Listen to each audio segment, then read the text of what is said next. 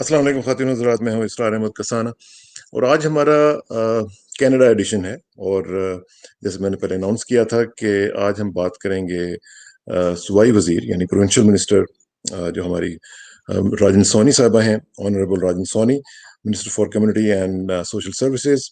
वो हमारे साथ होंगी और हम उनसे ज़रा मुख्तलिफ ऐसी चीज़ें पूछेंगे जो उनकी मिनिस्ट्री के मुतालिक भी हैं और जो यहाँ की लोकल पॉलिटिक्स के हवाले से भी हैं। तो ये आज का जो प्रोग्राम है ये कनाडा के साथ रिलेट करेगा, अल्बर्टा के साथ रिलेट करेगा, इसलिए जो हमारे जो ग्लोबल व्यूअर्स हैं वो ज़रा समझें कि कनाडा की पॉलिटिक्स, अल्बर्टा की पॉलिटिक्स क्या क्या है।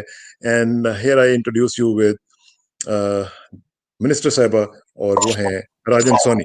Rajan ji, thank you very much. सत श्री अकाल जी। थैंक यू जी। अस्सलाम वालेकुम, प्यार भरी सत श्री अकाल जी सारिਆਂ ਨੂੰ। ਕੀ ਹਾਲ ਹੈ ਜੀ ਤੁਹਾਡਾ? ਹਾਲ ਬਿਲਕੁਲ ਠੀਕ ਹੈ ਜੀ, ਬਸ ਬਿਜ਼ੀ ਚੱਲ ਰਿਹਾ, ਤੁਸੀਂ ਸੁਣਾਓ?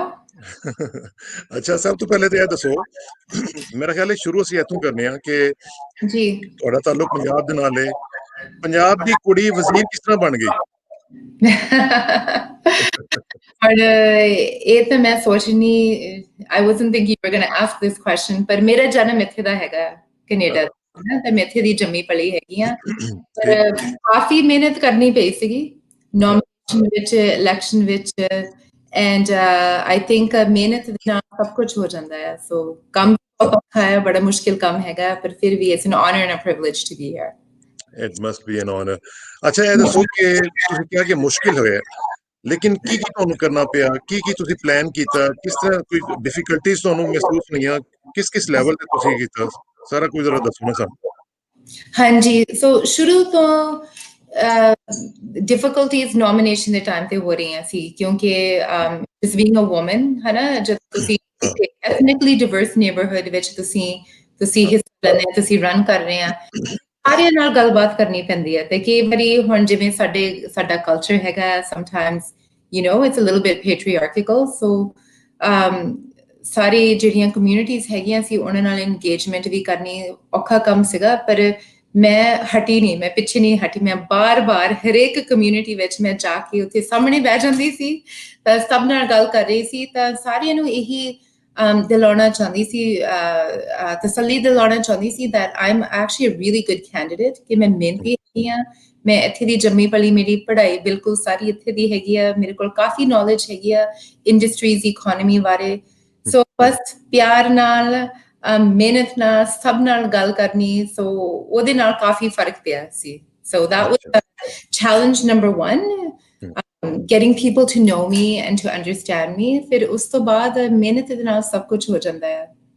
I think it was a long journey and it'll be an even longer journey going forward. Must be tough।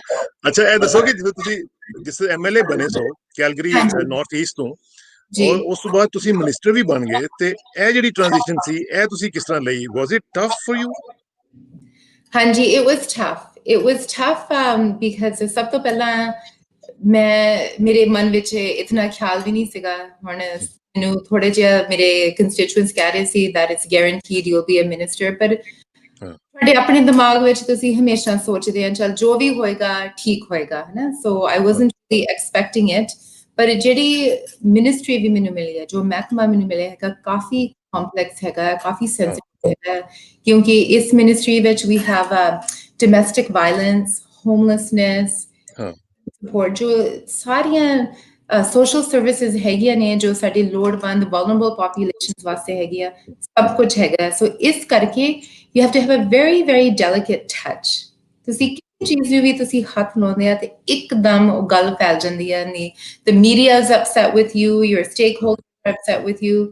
ਸੋ ਜੋ ਡਿਪਲੋਮੇਸੀ ਦੀਆਂ ਸਕਿੱਲਸ ਹੈਗੀਆਂ ਵਾ, ਸਭ ਕੁਝ ਜੋ ਮੈਂ ਆਪਣੀ ਲਾਈਫ ਵਿੱਚ ਸਿੱਖਿਆ ਹੈਗਾ, I brought everything forward।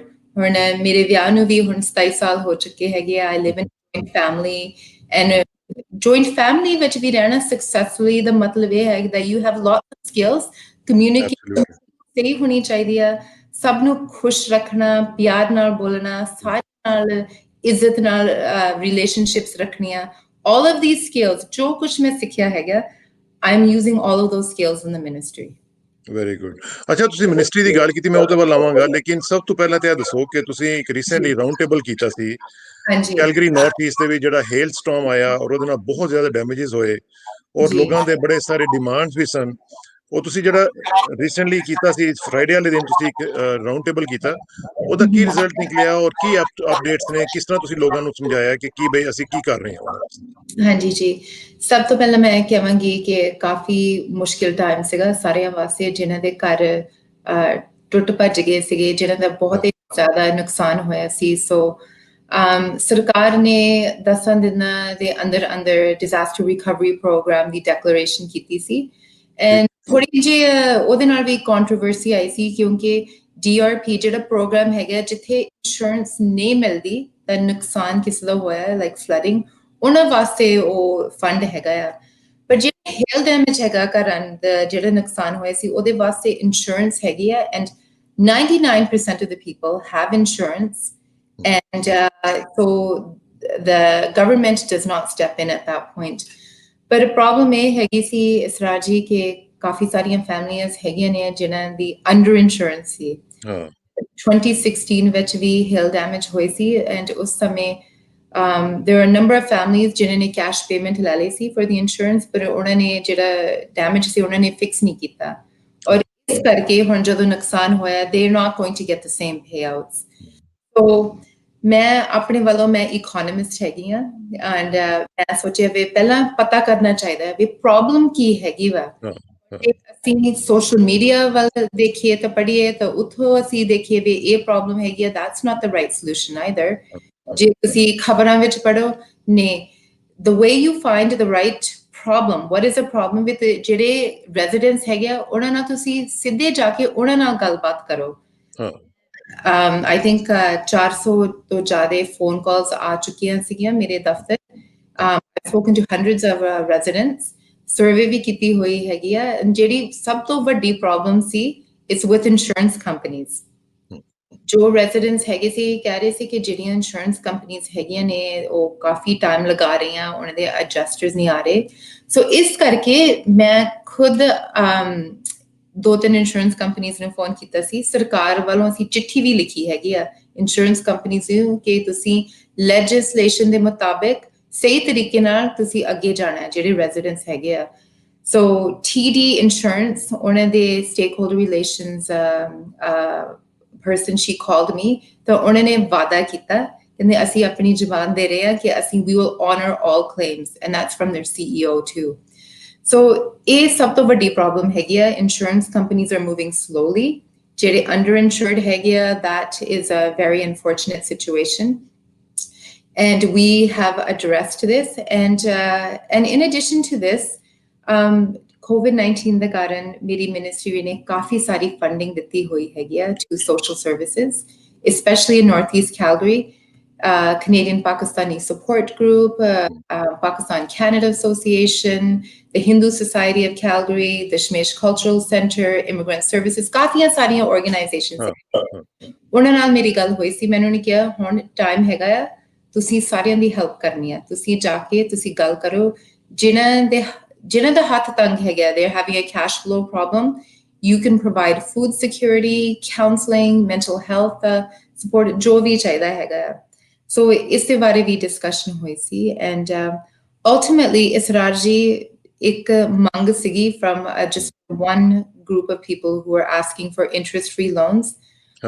ਮੈਂ ਗੱਲ ਕਰ ਰਹੀ ਸੀ residents ਨਾਲ, not one person asked me for this.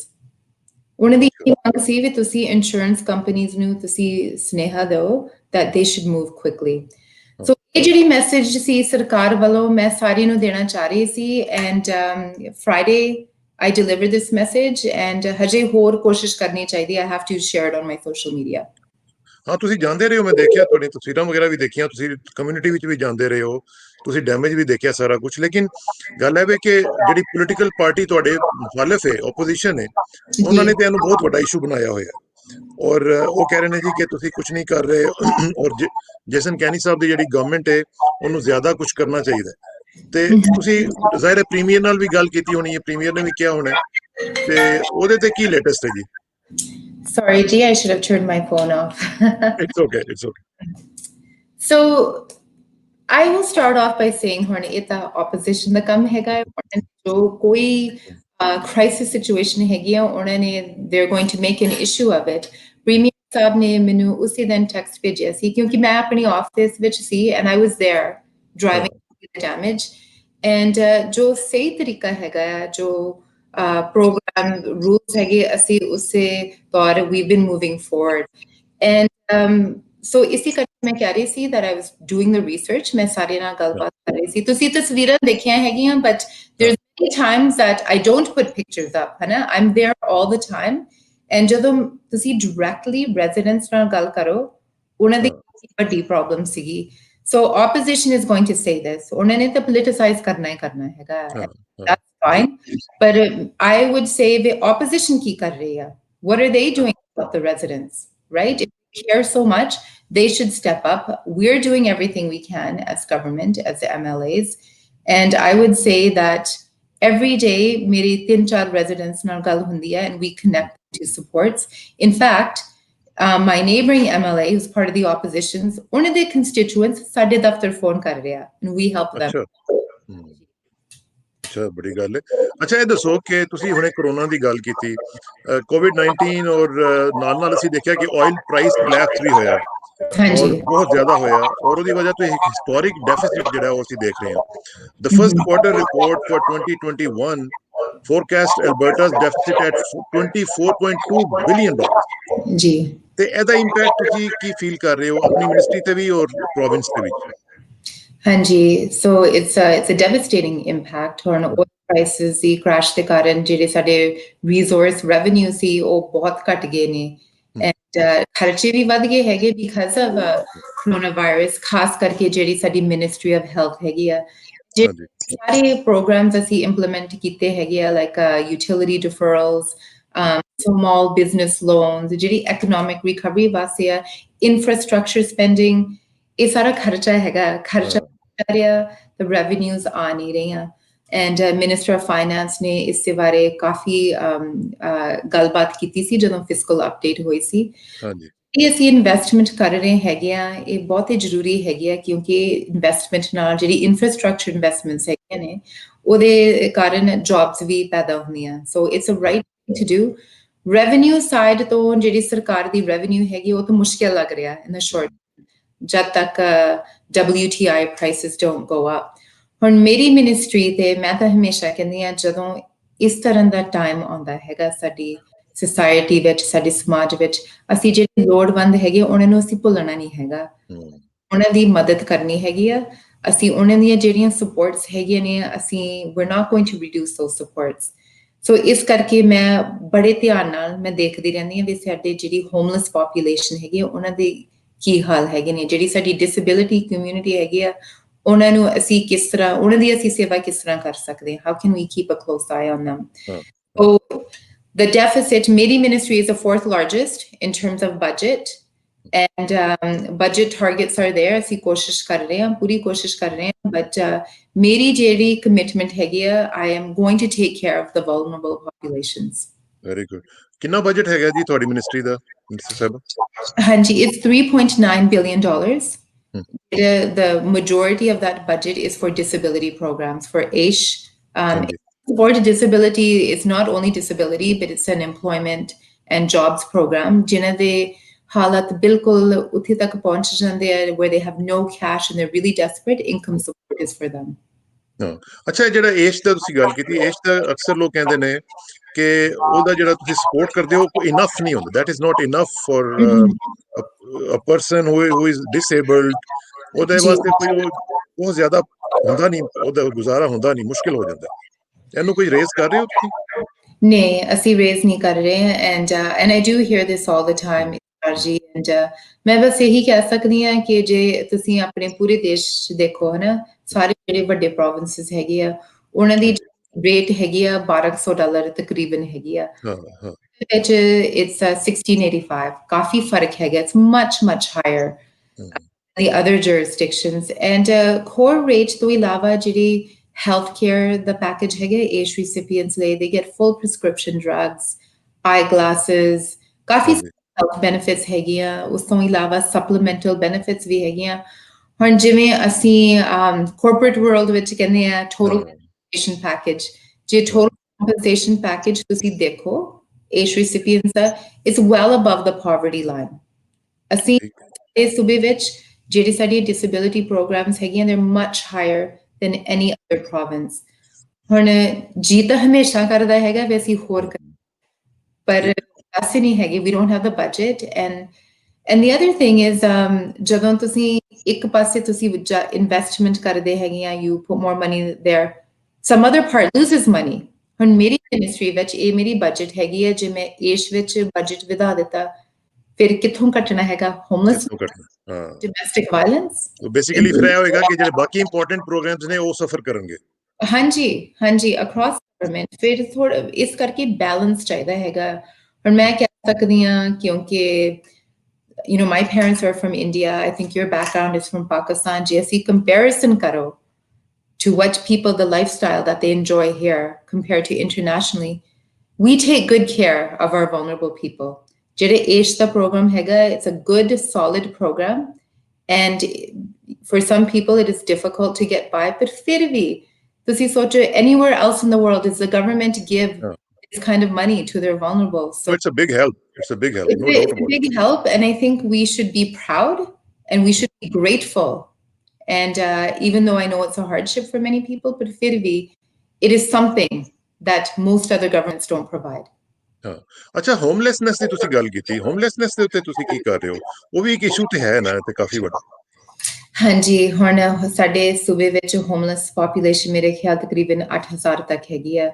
And unfortunately ਜਿਹੜੇ ਸਾਡੇ ਇੰਡੀਜਨਸ ਕਮਿਊਨਿਟੀਜ਼ ਹੈਗੀਆਂ ਨੇ, ਉਹਨਾਂ ਦੀ ਜ਼ਿਆਦਾ ਰਿਪਰੈਜ਼ੈਂਟੇਸ਼ਨ ਹੈਗੀ ਆ। ਕਾਫੀ ਕੰਪਲੈਕਸ ਇਸ਼ੂ ਵਾ, there's mental health issues, intergenerational trauma, drug abuse, addictions.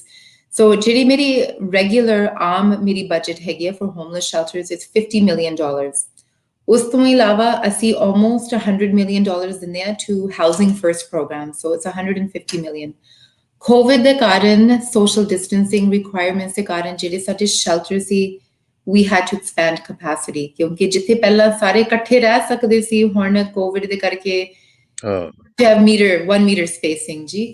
So we invested another $25 million, and ਮੇਰੇ ਖਿਆਲ 3 ਹਫ਼ਤੇ ਪਹਿਲਾਂ ਮੈਂ announcement ਕੀਤੀ ਸੀ ਕਿ ਅਸੀਂ ਤਕਰੀਬਨ almost $50 million ਅਸੀਂ ਹੋਰ invest ਕਰ ਰਹੇ ਹਾਂ, ਕਿਉਂਕਿ pandemic ਦੇ ਕਰਕੇ we have to make sure that populations are safe.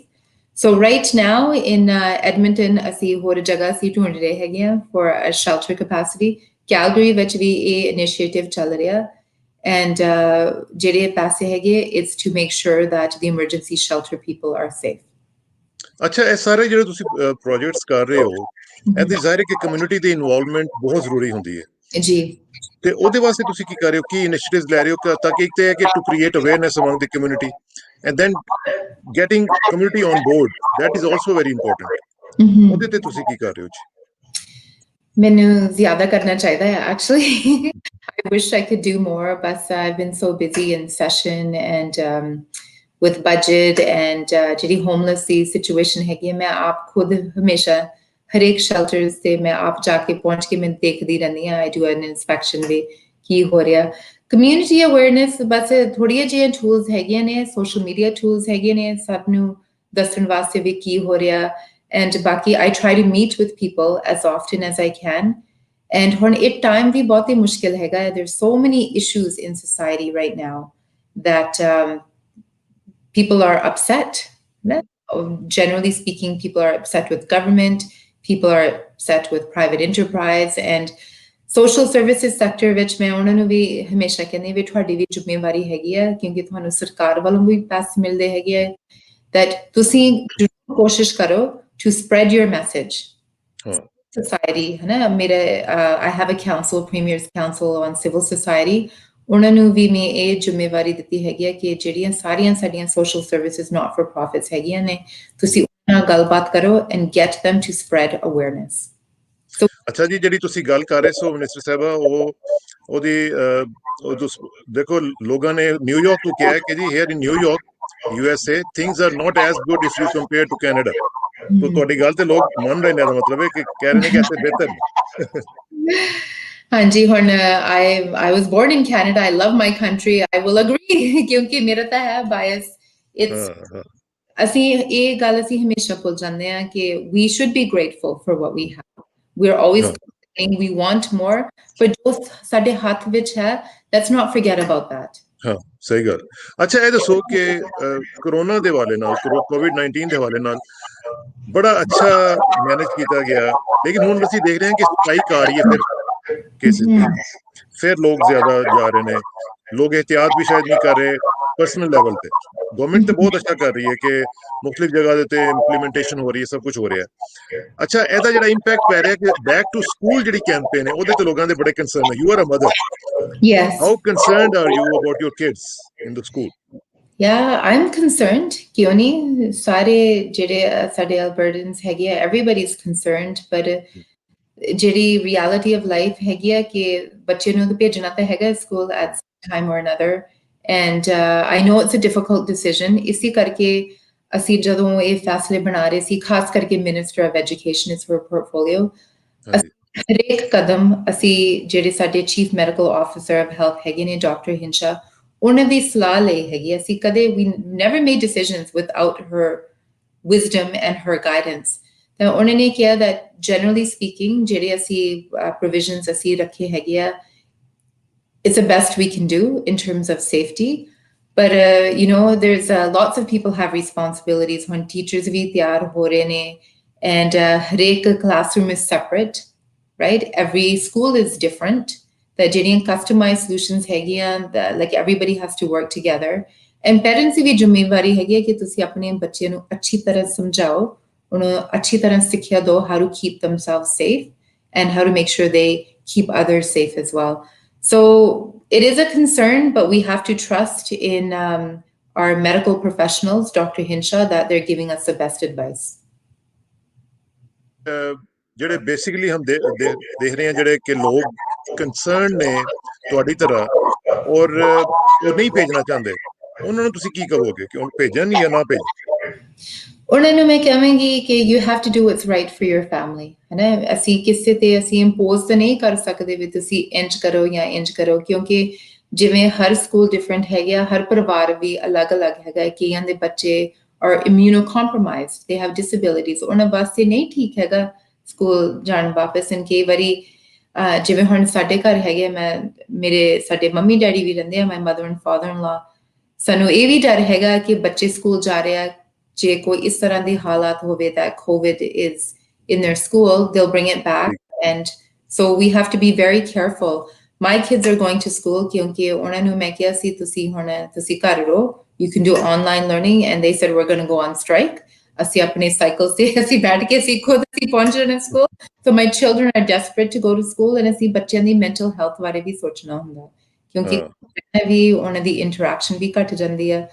So I think ਜਿਹੜੇ ਨਹੀਂ ਭੇਜਣਾ ਚਾਹੁੰਦੇ ਆ, you are making the right decision. You're making the right decision for your family, and you have to do what's best for you. ਅੱਛਾ ਇਹ ਦੱਸੋ ਕਿ premier ਕੈਨੀ, ਮੈਂ ਉਹਨਾਂ ਨੂੰ ਥੋੜਾ ਜਿਹਾ ਮੈਂ ਵੀ ਜਾਣਨਾ ਵਾ, ਤੁਸੀਂ ਤਾਂ ਖੈਰ ਉਹਨਾਂ ਨਾਲ ਕੰਮ ਕਰ ਰਹੇ ਹੋ, ਕਿਸ ਤਰ੍ਹਾਂ ਦਾ ਕੰਮ ਕਰ ਰਹੇ ਨੇ ਐਜ਼ ਅ ਪ੍ਰੀਮੀਅਰ, ਔਰ ਤੁਹਾਡੀ ਗਵਰਨਮੈਂਟ ਕਿਸ ਤਰ੍ਹਾਂ ਜਾ ਰਹੀ ਹੈ despite all these challenges, oil prices the challenge, Covid the challenge, ਕਿਸ ਤਰ੍ਹਾਂ ਹੈਂਡਲ ਕਰ ਰਹੇ ਹੋ ਸਾਰਾ ਕੁਝ? Well, it's a difficult time. ਮੈਂ ਹਮੇਸ਼ਾ ਕਹਿੰਦੀ ਹੁੰਦੀ ਆ ਸਾਰਿਆਂ ਨੂੰ ਕਿ ਹੁਣ ਸਾਡੀ ਸਰਕਾਰ ਦੀ number one job is to create hope and optimism, ਹੈ ਨਾ? ਕਿਉਂਕਿ ਕਾਫੀ ਸਾਡੇ ਜਿਹੜੇ ਵਾਸੀ ਹੈਗੇ ਆ, they're feeling very low, upset, jobs ਦੀ situation ਵੀ ਬਹੁਤੇ ਮੁਸ਼ਕਿਲ ਹੈਗੀ ਆ। So it's been a difficult time. The premier, ਜਿਵੇਂ ਤੁਸੀਂ ਜਾਣਦੇ ਹੈਗੇ ਆ, ਬਸ ਕੰਮ ਕਰਦੇ ਰਹਿੰਦੇ ਆ ਹਮੇਸ਼ਾ, he never takes a break, and he has a lot to manage. Rural communities, COVID ਦੇ ਜਿਹੜੇ ਖਰਚੇ ਹੈਗੇ, and the real human impact, economy is really down. ਸਾਡੇ ਜਿਹੜੇ federal government ਨਾਲ relationships ਹੈਗੇ ਨੇ ਉਹ ਵੀ ਠੀਕ ਨਹੀਂ ਹੈਗੇ ਇਸ ਸਮੇਂ, ਕਾਫੀ ਕੁਝ ਹੋ ਰਿਹਾ, and it's going to require a balanced approach. But at the end of the day, ਜਿਹੜੇ ਸਾਡੇ, so like we're here to serve Albertans. This is our job. We're here to serve them, to make sure we take care of them, and that's what we're trying to do. And I think Israji, je sadi economic recovery ho jaye, है ना, now काफी कुछ ठीक हो जाता है, mental health issues are relieved, we have jobs, ਜਿਹੜੀ ਸਾਡੀ ਸਰਕਾਰ ਦੇ revenues ਹੈਗੀ ਉਹ ਵੀ ਵੱਧ ਜਾਂਦੇ ਆ economic recovery is one of the secrets to making things better for all Albertans. ਔਰ ਸਪੈਸ਼ਲੀ ਜਿਸ ਤਰ੍ਹਾਂ ਤੁਸੀਂ ਜ਼ਿਕਰ ਕੀਤਾ ਨਾ ਫੈਡਰਲ ਗਵਰਨਮੈਂਟ ਦਾ, ਅਗਰ ਫੈਡਰਲ ਗਵਰਨਮੈਂਟ ਤੁਹਾਨੂੰ ਸਪੋਰਟ ਕਰੇ ਔਰ ਆਇਲ ਦੀ ਸਪਲਾਈਜ਼ ਦੇ ਬਾਰੇ, ਆਇਲ ਦੀ ਮਾਰਕੀਟ ਦੇ ਹਵਾਲੇ ਨਾਲ ਡਿਫਰੈਂਟ ਓਪਰਚੁਨਿਟੀਜ਼ ਐਕਸਪਲੋਰ ਕਰਨ ਵਾਸਤੇ, ਤੇ ਉਹ ਕਿੰਨਾ ਫਾਇਦਾ ਹੋ ਸਕਦਾ ਤੁਹਾਨੂੰ? ਬਹੁਤ ਫਾਇਦਾ ਹੁੰਦਾ ਹੈ ਕਿਉਂਕਿ ਇੱਕ ਟਾਈਮ ਤੇ Alberta was the economic engine of Canada and ਫਿਰ ਵੀ ਹੁਣ ਗਾਹਾਂ ਵੀ economic engine ਫਿਰ ਬਣ ਜਾਏਗੀ ਕਿਉਂਕਿ ਸਾਡੀ ਹੁਣ ਪਾਈਪਲਾਈਨਸ ਦੀ ਬਹੁਤ ਸਖਤ ਸਪੋਰਟ ਚਾਹੀਦੀ ਹੈਗੀ ਆ ਕਿਉਂਕਿ ਜਿਹੜੀ oil and gas the demand ਹੈਗੀ it's not going anywhere, ਖਾਸ ਕਰਕੇ ਜਿਹੜੀਆਂ ਸਾਡੀਆਂ emerging economies ਹੈਗੀਆਂ, they're not even emerging anymore, they're strong economies like China and ਉੱਥੇ ਤਾਂ demand ਵਧੇਗੀ and we have the resources here to supply those economies. But when our hands are tied, Israji, because federal policies, you know, Bill C-69 and tanker bans and just this idea that we have dirty oil, bilkul galt hai gaya. We have some of the most cleanest technologies here in Alberta, and federal government je sadi thodi ji support sanu chahiye to Alberta. If they give that support, collectively as a unified country ਅਸੀਂ ਬਹੁਤ ਕੁਝ ਕਰ ਸਕਦੇ ਹਾਂ। ਬਿਲਕੁਲ ਠੀਕ ਕਹਿ ਰਹੇ ਹੋ ਤੁਸੀਂ। ਅੱਛਾ ਇਹ ਦੱਸੋ ਕਿ ਪੋਲਿਟਿਕਸ ਦੇ ਵਿੱਚ ਤੁਹਾਡੀ ਇਨਸਪੀਰੇਸ਼ਨ ਕੌਣ ਹੈ ਔਰ ਤੁਸੀਂ ਕਿਹਨੂੰ ਫੋਲੋ ਕਰਦੇ ਹੋ, ਕਿ ਕਿਹਦਾ ਸਟਾਈਲ ਤੁਸੀਂ ਫੋਲੋ ਕਰਦੇ ਹੋ, ਕਿਹਨੂੰ ਤੁਸੀਂ ਲੁੱਕ ਅਪ ਟੂ ਕਰਦੇ ਹੋ? I've been asked this question before and ਮੇਰੇ ਕੋਲ ਇਸ ਬਾਰੇ ਕੋਈ ਜਵਾਬ ਨਹੀਂ ਹੈਗਾ ਕਿ ਮੈਨੂੰ ਹੁਣ ਸਾਲ ਤੋਂ ਉੱਪਰ ਹੋ ਗਿਆ, ਮੈਂ ਹਜੇ ਵੀ I'm new to politics. There's nobody that you know I've ever looked at and said, okay, this is my idol, this is a person I want to be like. Kyunki, you know, nobody's perfect, right? Everybody has done good work, everyone has policies as well, but I think I look at my colleagues in cabinet, in caucus, and जिन्होंने मैं बहुत ही ज़्यादा respect करती हैं वो शख्स है जो who remain true to their values. You know, people who remain true to their values, people who are sincere, are the same way on camera as they are at home and in the cabinet room and on the streets with their residents. I think as long as you're the same person and you're authentic and you're sincere, that's the most important quality. So I don't have any particular role models, but there's about 3 or 4 women who in my caucus who I really admire, and I'll just leave it at that. ਅੱਛਾ ਉਹ ਤੁਸੀਂ ਨਹੀਂ ਦੱਸਣਾ। ਅੱਛਾ ਚਲੋ ਇਹ ਦੱਸੋ ਕਿ ਜਿਹੜੀ ਯੂਥ ਹੈ ਤੁਹਾਡੀ ਤਰ੍ਹਾਂ ਜਿਹੜਾ ਲੁੱਕ ਅਪ ਟੂ ਕਰਦੇ ਨੇ, ਉਹਨਾਂ ਨੂੰ ਤੁਸੀਂ ਕੀ ਮੈਸੇਜ ਦੇਣਾ ਚਾਹੋਗੇ ਕਿ ਪੋਲਿਟਿਕਸ ਵਾਸਤੇ ਕਿੰਨਾ ਇੰਪੋਰਟੈਂਟ ਹੈ ਲੋਕਾਂ ਦਾ ਪੋਲਿਟਿਕਸ ਚ ਆਉਣਾ ਔਰ ਤੁਹਾਡੀ ਤਰ੍ਹਾਂ ਅੱਗੇ ਵਧਣਾ, ਮਿਨਿਸਟਰ ਬਣਨਾ, ਸਰਵ ਕਰਨਾ? ਹਾਂਜੀ, youth ਨੂੰ ਮੈਂ ਇਹ ਮੈਸੇਜ ਕਹਾਂਗੀ ਕਿ from a very young age politically awareness ਤਾਂ ਹੋਣੀ ਚਾਹੀਦੀ ਆ, ਇਸ ਤਰ੍ਹਾਂ ਪਤਾ ਹੋਣਾ ਚਾਹੀਦਾ ਵੀ ਜੋ ਸਾਡੀ ਇਕਨੋਮੀ ਹੈਗੀ ਆ, like how do we get government revenues, ਕਿਹੜੇ ਸਾਡੇ programs ਹੈਗੇ ਨੇ, budgets ਕੀ ਹੈਗੀਆਂ ਨੇ, and where we have the gaps.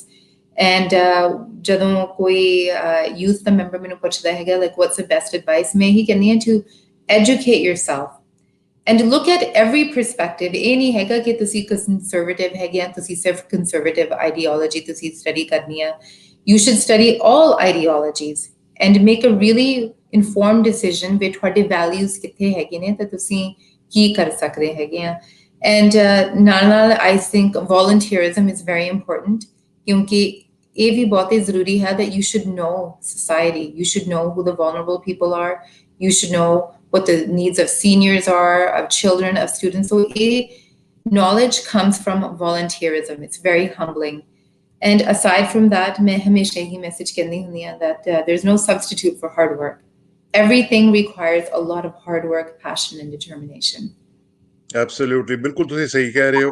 ਅੱਛਾ ਇੱਕ ਚੀਜ਼ ਬੜੀ ਇੰਪੋਰਟੈਂਟ ਹੁੰਦੀ ਹੈ ਕਿ ਮੁxtਲਿਫ ਚੀਜ਼ਾਂ ਦੇ ਵਿੱਚ ਬੈਲੈਂਸ ਕ੍ਰੀਏਟ ਕਰਨਾ। ਹੁਣ ਤੁਸੀਂ ਮਿਨਿਸਟਰ ਹੋ, ਇੰਨੀ ਵੱਡੀ ਮਿਨਿਸਟਰੀ ਤੁਸੀਂ ਚਲਾ ਰਹੇ ਹੋ, billions of dollars the budget ਹੈ, ਨਾਲ ਤੁਹਾਡੀ ਇੱਕ ਪਰਸਨਲ ਲਾਈਫ ਵੀ ਹੈ, ਤੁਹਾਡੇ ਬੱਚੇ ਵੀ ਹੈ ਨੇ, ਤੁਹਾਡੀ ਫੈਮਿਲੀ ਵੀ ਹੈ ਵੇ, ਕਿਸ ਤਰ੍ਹਾਂ ਬੈਲੈਂਸ ਕਰਦੇ ਹੋ? ਕਿੰਨਾ ਟਫ ਹੁੰਦਾ ਇਹਨੂੰ ਬੈਲੈਂਸ ਕਰਨਾ?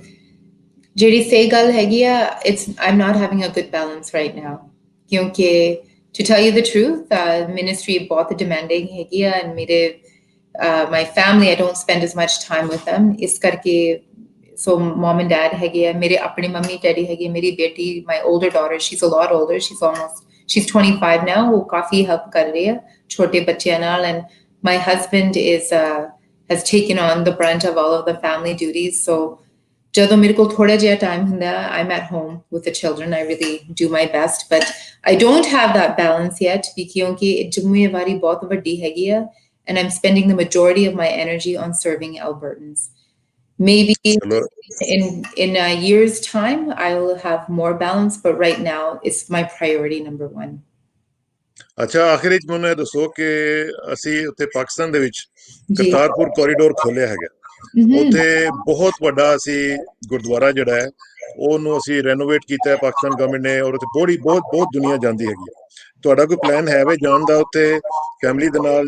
ਉੱਥੇ ਬਹੁਤ ਖੂਬਸੂਰਤ ਜਗ੍ਹਾ ਵੇ, ਔਰ ਬਾਕੀ ਵੀ ਉੱਥੇ ਪੰਜਾ ਸਾਹਿਬ ਵੀ ਹੈ, ਔਰ ਬਾਕੀ ਜਗ੍ਹਾ ਵੀ ਹਨ ਨੇ। ਕੀ ਖਿਆਲ ਹੈ ਤੁਹਾਡਾ? ਜੀ ਕਰ ਰਿਹਾ, ਬਹੁਤ ਜੀ ਕਰ ਰਿਹਾ, ਮੈਂ ਜਾਣਾ ਬਹੁਤ, I would love to go, but ਹੁਣ the world has changed, pandemic ਦੇ ਕਾਰਨ ਹੁਣ travel ਵੀ ਬਹੁਤ ਮੁਸ਼ਕਿਲ ਹੈਗਾ, ਪਰ ਮੇਰੀ ਖਾਹਿਸ਼ ਹੈਗੀ ਇੱਕ ਦਿਨ ਮੈਂ ਜ਼ਰੂਰ ਜਾਵਾਂਗੀ, and I'll spend lots of time, and I'd love to see all of Pakistan, and ਮੈਂ ਇੰਡੀਆ ਵੀ ਜਾਣਾ ਚਾਹ ਰਹੀ ਹਾਂ, ਸਾਡੇ ਫੈਮਿਲੀ ਮੈਂਬਰਸ ਹੈਗੇ ਨੇ, ਪਰ ਮੌਕਾ ਹੀ ਨਹੀਂ ਮਿਲਿਆ, ਬੱਚੇ ਛੋਟੇ ਸੀ, ਹੁਣ ਮੈਂ ਪੋਲਿਟਿਕਸ ਵਿੱਚ ਮੈਂ ਬਿਜ਼ੀ ਹੈਗੀ ਹਾਂ, but one day I will go, and then we'll do an interview again, इसरार जी बात करेंगे। इंशाल्लाह जी, बहुत बहुत शुक्रिया राजन सानी हमारे साथ थी जनाब, और इनका शुक्रिया कि इन्होंने टाइम दिया, और उम्मीद है कि जो आपके प्रोग्राम्स हैं मुख्तलिफ वो चलते रहेंगे। Rajan ji, thank you very much जी, बहुत बहुत शुक्रिया ਤੁਹਾਡਾ, और ਤੁਹਾਡਾ ਰਾਬਤਾ रहेगा जी। थैंक यू वेरी मच जी, बहुत जी, थैंक यू, धन्यवाद जी, सत श्री अकाल जी।